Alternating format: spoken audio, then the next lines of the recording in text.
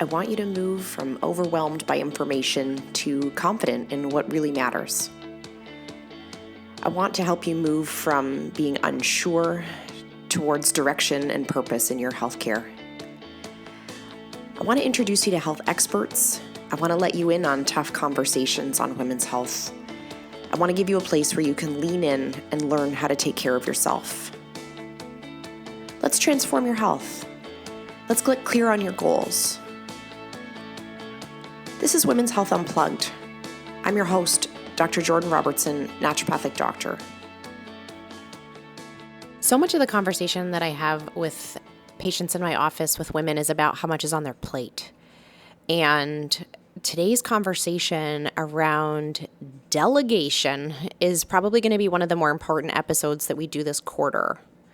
I am a master delegator, and I think that some of those skills have been inborn, I'm going to say, as based on personality trait, but also I think some of these skills have been really learned and refined over my experience as an educator, and I'm going to explain why I think my role as an educator has made me a master at delegation.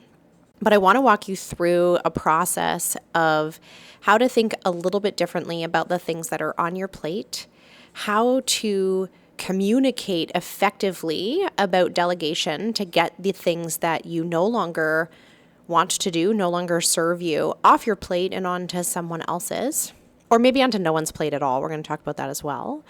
And how, which maybe is the hardest part, to let go of the outcome. But I do think that that middle step of communicating really clearly with the people that you're delegating to and allowing them an opportunity to actually learn over time is maybe where we need to spend the most amount of time as a skill that we're going to develop over time. So welcome to another episode of Women's Health Unplugged. I'm Dr. Jordan Robertson. I'm a naturopathic doctor, but a lot of the skills and tools that we're going to walk through today, I've actually developed through my time teaching at McMaster University and my relationship with teaching in what we call the inquiry method of learning for students at the university level. So you might be asking yourself, like, how is it that, working with university students actually applies to me, like getting my kids to empty the dishwasher? But I promise you that these are related topics, and I think there is something to be said for the skills that I want to walk you through today that would help you in figuring out, what really needs to be on your plate and, how to get things off in a way that doesn't make you resentful, and in a way that doesn't actually in the future just, lends you to like taking those things back onto your plate. We want to avoid that as well. So when I'm working with people in my office, we use a lot of what we call motivational interviewing, which is where we try and help patients create solutions for themselves. We try and help patients move from, I'm not going to call it apathy. We call it indifference in whether they stay the same or whether they change. Patients can usually make a big case for why they shouldn't change in their head, right? So when we say we need you to exercise 3 times a week, immediately patients start to think about all the obstacles that are getting in their way for their ability to exercise. Whereas when we use different strategies of interviewing, patients may naturally find 2 or 3 times in a week where they perhaps could move their body. And one of the tools we're often using in that one-on-one patient setting is looking at lifestyle, work-life relationship dynamics inside a household that are becoming barriers to our patients achieving their best health. So it's no surprise that the people that find the time to make their lunch are healthier, that find the time to exercise are healthier, that go to bed on time are healthier. And yet, when we start working with people, it's very often that those things are not in place. And they also, if I said to them, hey, you got to get like a 10-hour-a-week part-time job doing food prep and exercise and going to bed, they would look at me like I was crazy and would never be able to imagine how that was possible. And part of it is I think that we naturally have lots of things on our plate. We accept responsibility for things that maybe nobody's ever expected us to accept. We have these like unsaid contracts with the members of our household on what our roles and responsibilities are, even though we've never really talked about them, frankly, or never renegotiated those contracts when parts of our life change. And people have very high expectations on themselves, even if parts of their life shift. So, a person may have certain expectations about their role in the house. And then when their job shifts so that they have to work more hours, they don't put down any of the responsibilities they feel in the house. They do all of the things and then do them all poorly and then have a lot of resentment and anger about having to do all of those things. And so people's plates are really overfull and overwhelmed. And perhaps there's things on there that we need to really consider and renegotiate. The other thing I'll talk with patients through is that we do normalize the level of stuff that we have to do and the amount of distress that we have. Our bodies are incredibly capable at rising to the stress occasion and also then normalizing that amount of stress to be the new normal of output that you have to have during the day. And when I talk to patients about this example, I'll say, if your kid starts playing hockey when they're little, right, when they're like 4, and they have a game and a practice per week, so 2 ice times per week, you go like, oh my God, we got to be at this hockey rink 2 times per week. Yikes, that's a lot.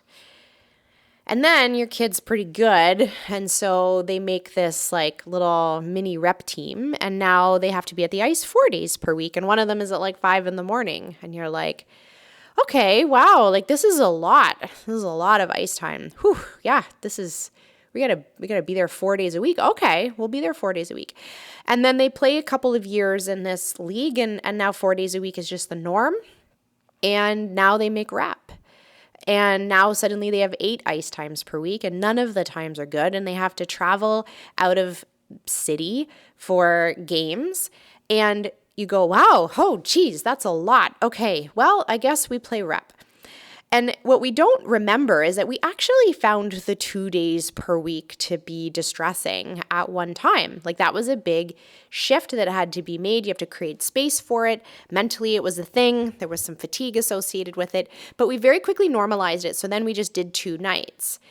And then when you added the other nights and then added the other nights, your brain really just adapts and acclimatizes to the new ask, the new level of distress. And we're constantly normalizing the amount of shit that we have to do so that when more gets added, we never go like, ooh, like I thought the last thing I added was too much. I'm definitely not doing this, because you've normalized that last thing, right? And now that's the new normal. And then someone asks you to do something more and you say, sure. And so when I watch people, unless they are intentionally moving things off of their plate, which is what delegation actually is, they're accumulating more and more responsibilities and tasks and places they need to be and stuff, and adapting as they go to a point where we no longer know what normal is, right? We no longer have that capacity to say, well, what does an appropriate schedule actually look like now? It's just so lost in the past that we have no idea what it looks like. There's lots of authors that have written before me about delegation and stress and burnout. I'm not going to pretend to be the absolute expert on it. And to be honest, I borrow a lot of their resources for my patients. People like Emily Nardowski, who has written about burnout with her sister. That's a great book that talks specifically about how to think about basically the shit that's on your plate and how to figure out how to get it off. And I've used a modified version of the activities that they discuss in their book and kind of melded it with a couple of other resources and have patients look at the things that are going on in their day or in their week so that we can look at it a little bit more critically. So I've had to time journal. In the last 2 years, I've had to time journal to remind myself where my time goes, to investigate what parts of my work are kind of sucking the life out of me or could be given to another human being, or if there's inefficiencies And, I found inefficiencies a couple of years ago in the way that we produce the podcast, and it changed the way that we do it now so that I actually could be more productive and can easily produce an episode a week.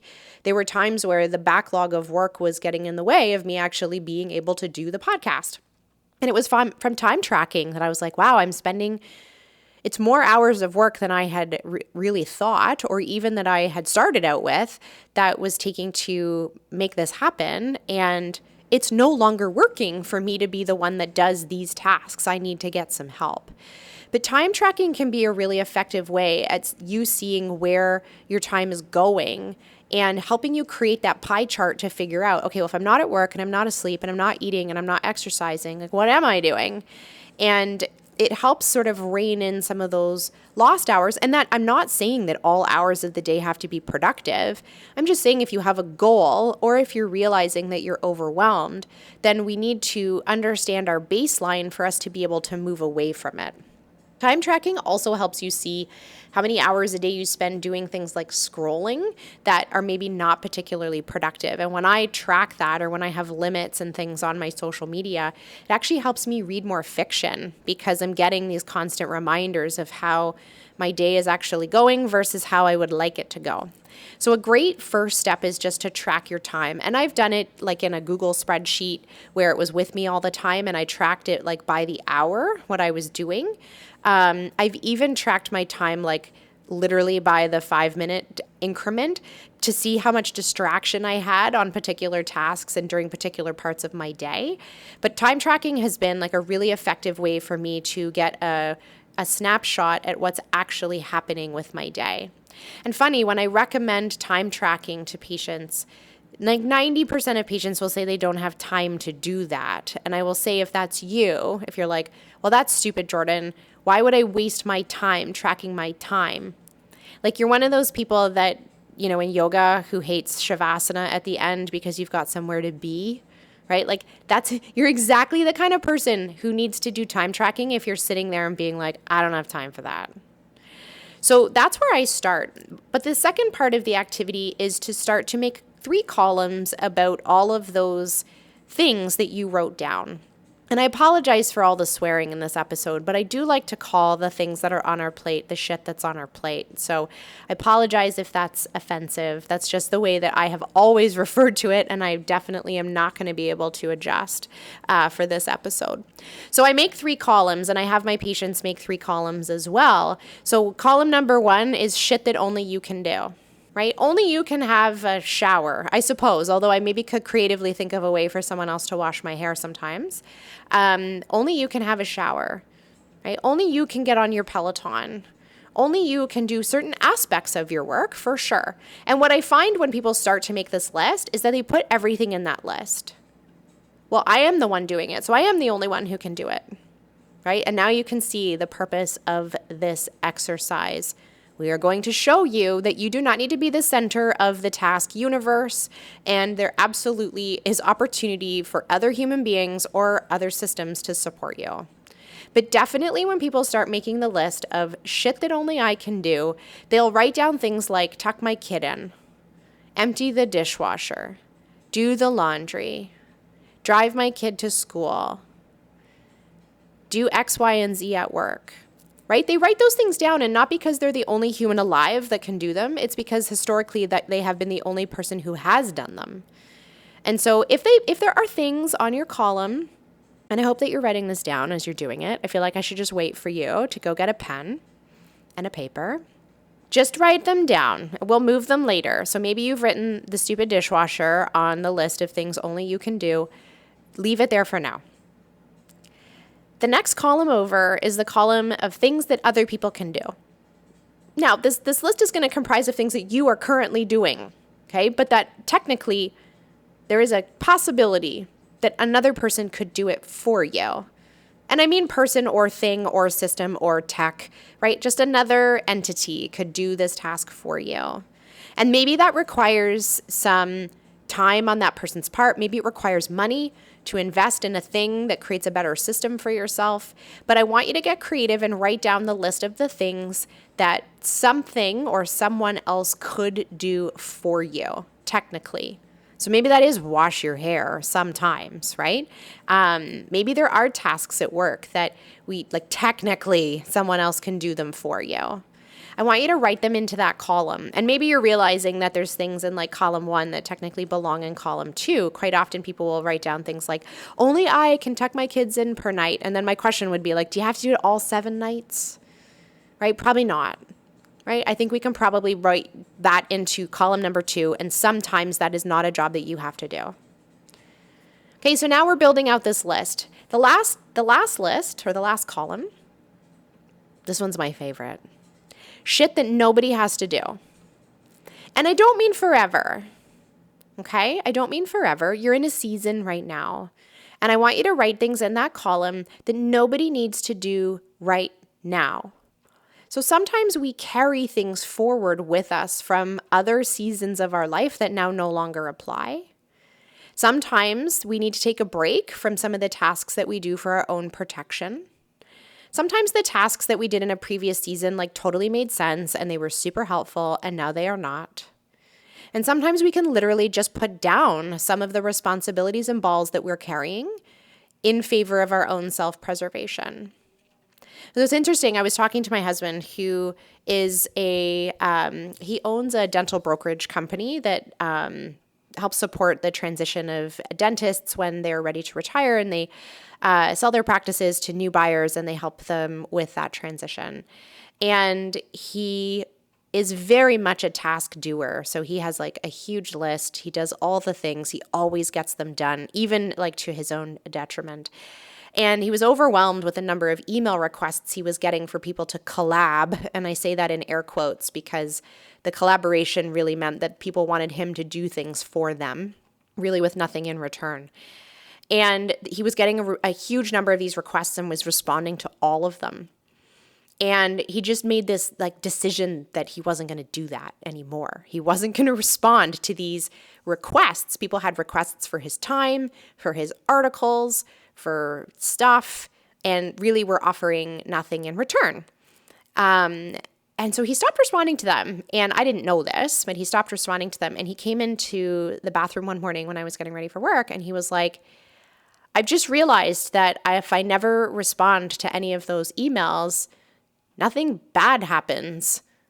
And as he was explaining it, he literally stopped himself halfway through his sentence. And then he was like, oh my God, this is how you do it all the time.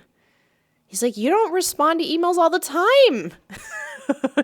There was this secret that I had been keeping, but really he knew that was the way that I always operated. And I'm not saying I never respond to emails. If there isn't something in it for me, I just have to manage the number of requests for my time, my stuff, my expertise, the pick my brain kind of emails. I have to manage that somehow. And just because someone asks for something from me doesn't mean I have to give it to them. Just because they send me an email doesn't mean I have to respond. And I thought it was so funny because I have been gently suggesting to him that he needed to maybe not put so much emotional investment into these emails he was getting for requests. And when he came to his own realization, it just was funny because he was like, oh my God, this is what you do all the time. This is why this doesn't stress you out. And I'm here pulling my hair out with my inbox. I could just select all and then delete them and nothing bad will happen. So in that final column, I would suggest that you try and write some things down that maybe you feel obligatory about certain things. I always make the joke, nobody needs to send Christmas cards, right? I mean, if it sets your soul on fire, that's totally different. That's treatment, right? If sending Christmas cards makes you connected to your community and you feel amazing, do it. But if there is an obligatory thing that you have carried forward from past seasons of your life that are no longer serving you, and you're a burned out, tired human being who has no time to exercise, I beg you to put down the Christmas cards and not send them anymore. But my guess is there are some things that are going on right now that you could probably put down for 3 months and nothing disastrous would happen, that you could face the consequences of whatever that was, whether it's a obligation or a volunteer position or extra work that you've taken on, whatever it is, I would seriously consider putting some things into that column. Now, if you're done your columns, and if you're like all my patients, they're incredibly lopsided. The list of things that you have to do is really long. You don't trust anybody else to do any of them, and there's absolutely nothing you can put down. Right? And when you're listening to my examples of stuff I put down, you're going, well, I couldn't do that. My life doesn't allow me to do that, Jordan. That's nice that you can do that, but I can't do that. I would like you to take a risk and circle things in each column that can be moved to the column beside it. So there are things that you could delegate that actually just don't need to be done at all. There are things that you are doing that literally do not need to be done at all. And there are a lot of things that you're doing that someone else can do or something else can do. And so I want you to do this exercise and take a risk and move things into another column and give yourself 3 months to see what happens. That's step one for delegation, is even knowing what needs to be delegated. Because when I just ask the question cold, what can we move off your plate? 100% of the people I work with say nothing. 100% of people say there's nothing I can do. There's nothing I can move. I must do it all. No one can help me. And I think that narrative, is just flat out wrong. You are wrong if that's what you think. There is something. And maybe it's miniature, right? And I totally recognize that you may be in a dire straight situation in your life, that there are a lot of things. Maybe you do need to work to put the lights on and get food on the table. I'm not saying that that's not possible. What I'm saying is there may be a micro move that you can make in your life that still is a move. Right? Even making micro moves of getting shit off your plate is still positive. And so I would highly recommend that you still consider doing that activity, even if it feels like things are really tough and dire straits and you maybe have nowhere to put anything. Or come back to this episode when you do have more flexibility and more breathing room. The second part of this activity is to get good at delegation, because just because you have decided there are things that belong in that middle column that someone else can do does not mean you're going to be good at giving them away. And this is where my role as a university professor and working in that inquiry-based learning comes into play. Because in order to be an effective delegator, you have to do a couple of things. You have to paint done. And I'm totally stealing that phrase from Brené Brown. But one of the challenges we have in communication and leadership is we very rarely show or tell our colleagues, peers, even kids, what a finished product of the task actually looks like. So I know it sounds silly, but when I tell my kids to empty the dishwasher, I make a note to say all of the things and the cutlery and the top drawer.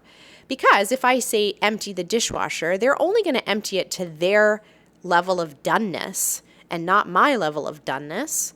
And so I share with them what done looks like. If I'm going to delegate tasks at work, I talk about what outcome I want to hit. And then I get less concerned about the path that my people take in order to achieve it. I would like 5 social media posts to be posted for the clinic this week. I don't care if they happen on Thursday or Tuesday or Monday or Friday at 3 a.m, although my preference is not for it to be at 3 a.m. But I don't control the path, but I very clearly paint done.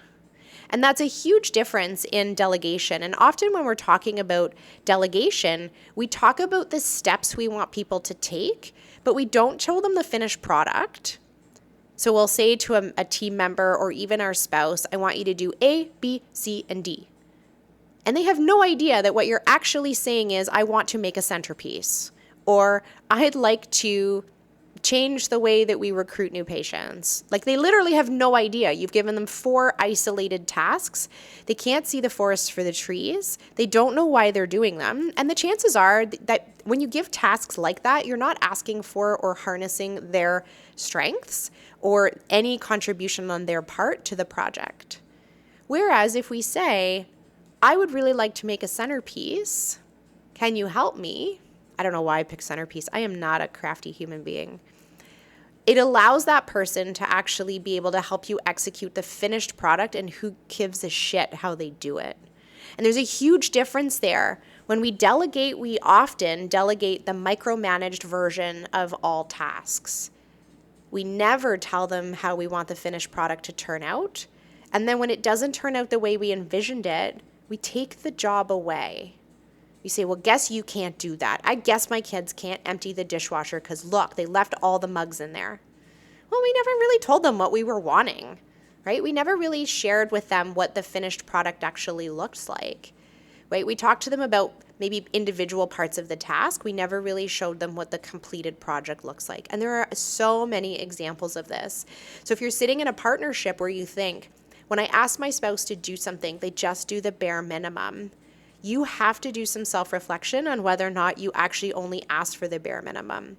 Or you gave them so little insight about what you were trying to achieve, they just did what they thought they were supposed to do, and turns out that's your opinion of the bare minimum.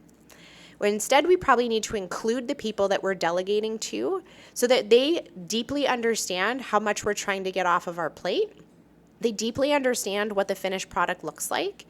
And you also, when doing this is point number 2, is you need to communicate what you want your level of involvement of the actual task to be. So many humans are actually really, I'm going to say we're conditioned to check in with the person who gives us instructions way too often. We don't get a lot of confidence that we can just like run free with a job or with a task if someone else has told us to do it. And what that does as the delegator is it means you keep getting roped back into the task that you tried to give away. And that really doesn't help, right? If you're like, write the school newsletter from our section of the school, and most people are really conditioned to be like, is this a good title? Is this a good font? Is this the right, do you want to check it for spelling mistakes? Do you think I should put a picture in here? When you delegate, you need to be really clear what you want your level of involvement to be. I'd like you to write the school newsletter for our section of the school, and you can have your own creativity on how you want it to look, and I only want to proofread it at the very end when it's completely done. Or you know what, if you're me, you don't proofread it at all. I trust you, just send it. So number 1 is you need to paint done. You need to help the people that you're trying to give tasks away to understand what the completed project actually looks like. And that can be as small as putting away the laundry completely. I want this bin empty, right? And it could be as big as trying to delegate away parts of a project at work that you've been roped into being in charge of, but maybe don't have to be in charge of every step of. It's really important for you to communicate what done looks like so those people feel confident in moving towards your goal. But that point number 2 is you have to let them know what you want your level of involvement to be. I don't want to be checked in with 10 times. That's not delegation to me. Maybe it's a good baby step for you. If you have a really hard time letting tasks go, maybe you do want to check in every week to figure out where the project is at. Maybe you do want the kids to show you the laundry before they press go because you're super worried about the soap going everywhere. I am not worried about that. But if you were, then check with me before you turn it on, right? That would be a great example of how to effectively communicate where in the process of the tasks you wanted to be checked in with. Or you need to say really clearly, I need you to do this from start to finish, and I'm not going to check in. Because we're conditioned to check all the time. And if you found delegation to be really unsuccessful in the past, it's probably because you haven't been clear about what you want your level of involvement to be. If I delegate something away, I am very clear. I do not want to see this again. Just go. Just take it. Or I will look at this when it gets to this point in time. This level of doneness needs to happen before you show me. And that, when I work with my students, right, that's another place where we need to be completely clear. And when I work with that inquiry-based method, it's actually trying to help the students learn to be effective learners, independent thinkers, have the ability to self-regulate, plan their own time management. And when you give that level of direction as a delegator, but then don't micromanage, it actually helps harness and improve all of those skills. So my number 3 point around effective delegation is you have to let the people that you're delegating to go through a learning process. It's very common that if someone fails us once, we cut the cord, we fire them, we take the job back. We get reinforcement that we're the only one who's allowed to do it. It didn't turn out the way we wanted it, and so I guess I'm the only one on earth who can do this job. But you weren't good at it the first time you did it either. No offense, right? It took you time to be fast and productive and efficient. It took you time to practice all the things. And now you just gave that job away to someone and they're basically starting a brand new job on day one. So them not doing it to your liking, them asking you too many questions, them not doing it on time, them not doing it perfectly is not reinforcement that you are the only human being who can do it. What it's showing you is that they need to go through a learning process, much like you did, I promise, to get to the place and your level of mastery of the job that you've given away. Do my kids put the laundry away well? Not really. Is it good enough? Sure. Is it age appropriate? Probably, right? But them not folding their stuff and just shoving it into a drawer, which let's be real, I do that too. That's not showing me that they can't do it. It's not showing me that I should have done it myself. I need to tolerate the level of doneness I get from them in this moment.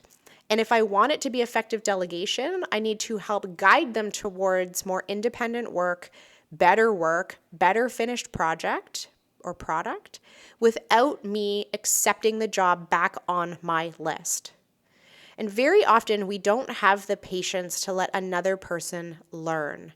We make this assumption that if we can do something now, that we should just be the person who does it forever, and waiting for someone else to learn to get good at it is not fast enough. But if you're in burnout and you have fatigue, I promise you that coaching another human being to take over the tasks that you want to delegate is way in your interest from a long game perspective. Teach your cleaning person to do the baseboards. Teach your accountant how to take some of those tasks off your plate that you seem to keep doing. Put things in a Google Drive that everyone can access so you can stop emailing it to them. Paint done for your employees so they stop asking you questions about it. Give your kids tasks that are age and stage appropriate, let them finish it how they want to, and then don't step in and take over. These are all effective ways to actually get that shit off your plate. You can't delegate and take it back. That doesn't work. And if anything, that really just breeds more resentment, right? And it's like reinforcing this idea that you never get any time for yourself because look at you, you're stuck here doing all these tasks. You need to be able to lean into the learning process and refine that process with the person who's taking over for you or the system or the tech or whatever it is. You need to give opportunity for growth so that your delegation can actually be effective. Now, I'm making it sound like if you delegate something away, that it's just not going to be done well or right. And I understand for my perfectionists who are listening, that is really scary. I'm like, don't worry, they're not going to do it as well as you or as fast as you, but I promise one day they will. Yeah, I can hear you. I can hear you perfectionists being like, no, Jordan, I just can't take that risk.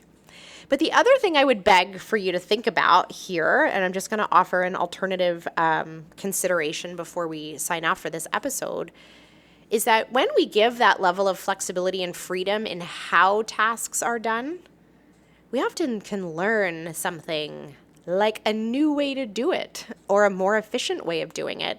Or someone can teach us something like, actually, Jordan, this doesn't need to be done at all, FYI.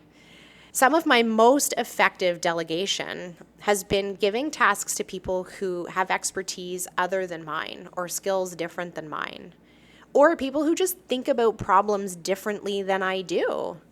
They get stuff done. They get it done differently, more creatively, and perhaps with a better outcome than I would have if I had done it myself.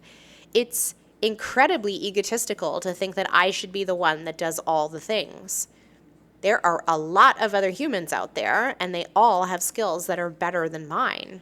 And so why wouldn't we look for that alternative, unique solution? And partly how you get there is by taking some of the stuff off your plate and letting someone else try it.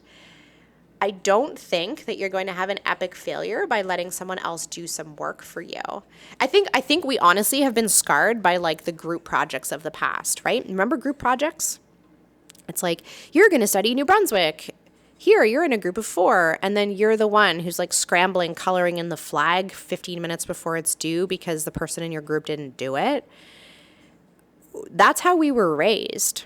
And you know what? We were punished if that person didn't do the flag. And so it reinforced this idea that our worth and our marks and our productivity and all of that, we only succeeded if we took over and did all the things, if we colored in the flag. I did my grade 4 project on New Brunswick. I remember this specifically, coloring in this flag. We reinforce that idea in education rather than us having really good conversations in group settings about what group dynamics look like. What does that interpersonal relationship need to look like for you to rely on each other for work? How can we more effectively communicate what our needs are, what our goals are? Made me think of, so this week, and now this has aged a little bit because we've recorded this podcast a few weeks early, but this week in meeting with my students at McMaster, we realized that we had a little bit of a schedule challenge. And this is slightly off topic from delegation, but I think it's still really relevant. And we were moving through the calendar and we realized that the next draft of my students' paper was actually due the Wednesday after reading week. And we had booked a working block so that they could work for the entire class time on their paper, and their paper was due at midnight on that day. And when I asked my students what their pain points were and what their challenges were with meeting that deadline, we talked about a couple of things. We talked about, does that change the effect of their reading week if they have a large paper that's due the Wednesday after reading week? And the answer was kind of yes. Like, they're supposed to have a bit of a breather. The purpose of reading week is to really help decrease their burnout and support their mental health. Us having a paper due like the couple days after they get back is really not going to be serving them in their bigger purpose. We also realized that them having like a 3-hour work block right before the project was to be handed in was helpful, except they weren't going to really have the time to implement all the things that they worked together on in a group in such short order. So we were realizing that we had like kind of misscheduled this work block. It should have been the week before, right? It should have been earlier in the semester for them to be able to work together and then hand in their paper, not like right before their paper. And then I had an honest conversation with them about my workflow through the week. And so me getting a paper on Wednesday at midnight probably means I read it Saturday morning.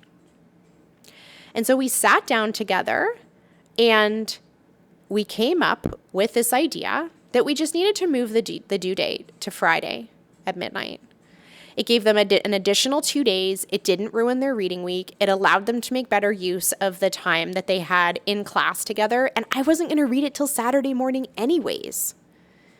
Right? But how often when we're working together on a project or we've delegated a task away, do we set these expectations and deadlines and things like parameters that don't actually make any sense? Like, how often are we sitting down and hashing it out? Like, I wanted this on my desk by Monday morning. Like, well, actually, sir, that makes no sense. And you didn't open it till Thursday.